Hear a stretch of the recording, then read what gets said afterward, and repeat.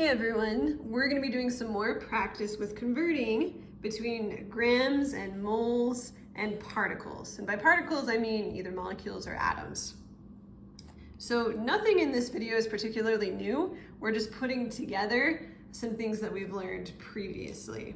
So this chart is going to be very, very helpful, and I'll kind of show you how to use this as we go through this first problem.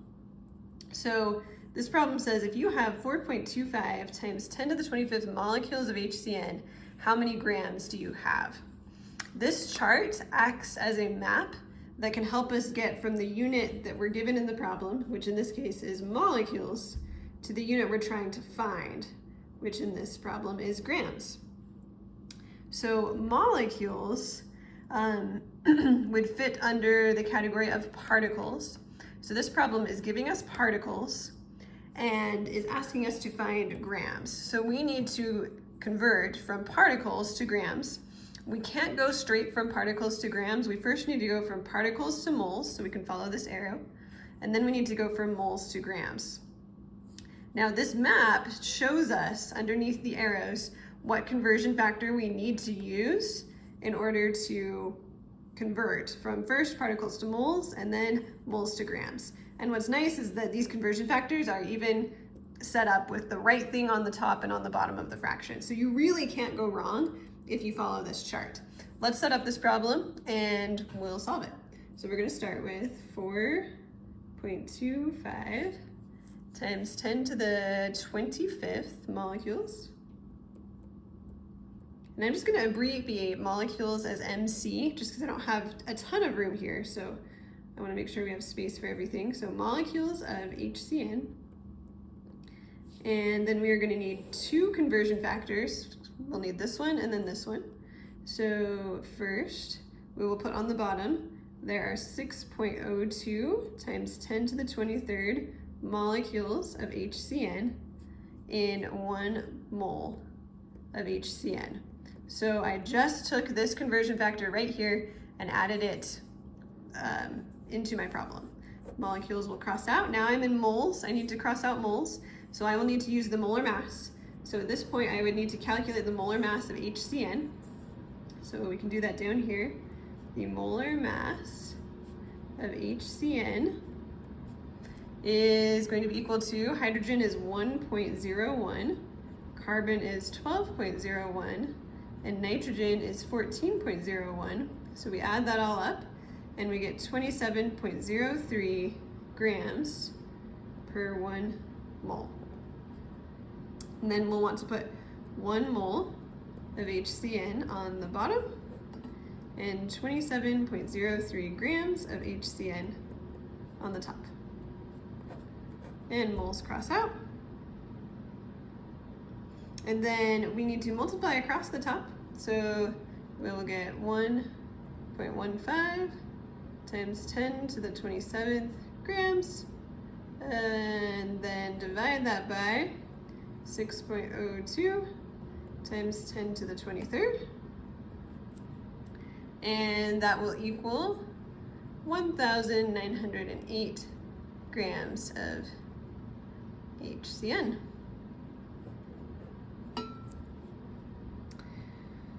All right, let's do another problem. This one says isoamyl acetate, which is C7H14O2, is a molecule sometimes known as banana oil because it smells like bananas. If I isolate 0.03 grams of isoamyl acetate from a banana plant, how many molecules have I isolated?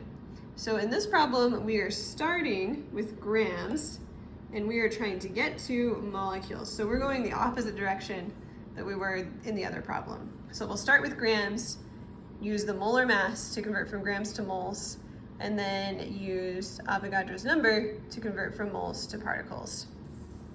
So let's set this one up. We'll start with our 0.03 grams. And that is of C7H14O2. And then we need the molar mass of isoamyl acetate. So I'm not going to write out this calculation. I think we've calculated molar mass enough at this point that you could figure it out. it should be 130.21 grams per 1 mole. So we know there are 130.21 grams of C7H14O2 per 1 mole of C7H14O2. Grams cross out.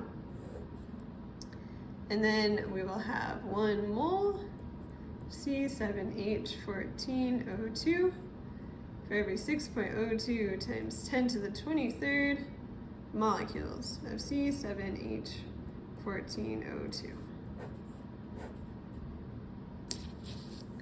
Then when we calculate this out, we end up with 1.806 times 10 to the 22nd molecules over 130.21. And then we divide that and we end up with 1.4 times 10 to the 20th molecules of C7H14O2. All right, we're gonna do one more example. This one adds an extra step, so do make sure you pay attention to how this one works. We wanna know how many oxygen atoms are in 40 grams of CO2. So obviously we're starting with grams, so we're gonna be starting here in our chart, and we'll be first converting grams to moles using this conversion factor. Then we're gonna be converting moles to particles. Now, the problem wants us to find oxygen atoms, but they gave us grams of CO2, which is a molecule.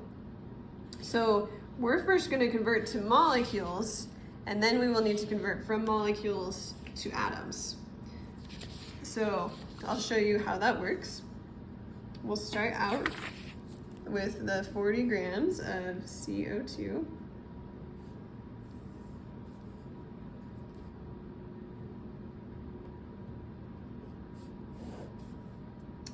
And we need to use the molar mass of CO2. So molar mass, CO2 is 44.01. That's 1 carbon and 2 oxygens. So that will go right here. Grams of CO2 per 1 mole of CO2. And then for every 1 mole of CO2, we're going to have 6.02 times 10 to the 23rd molecules of CO2.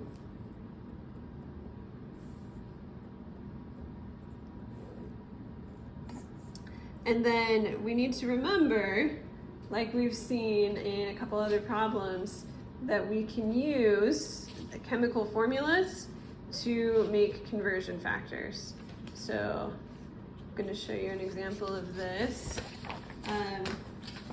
In an earlier video, we talked about how we could say for every 1 molecule of H2O, there are 2 atoms of hydrogen because of the formula of water. So for CO2, for every 1 molecule of CO2, there are 2 oxygen atoms. So we can just write in here, for every 1 molecule of CO2, we have 2 atoms of oxygen. And then when we solve this all out, we end up with 1.09 times 10 to the 24th atoms of oxygen.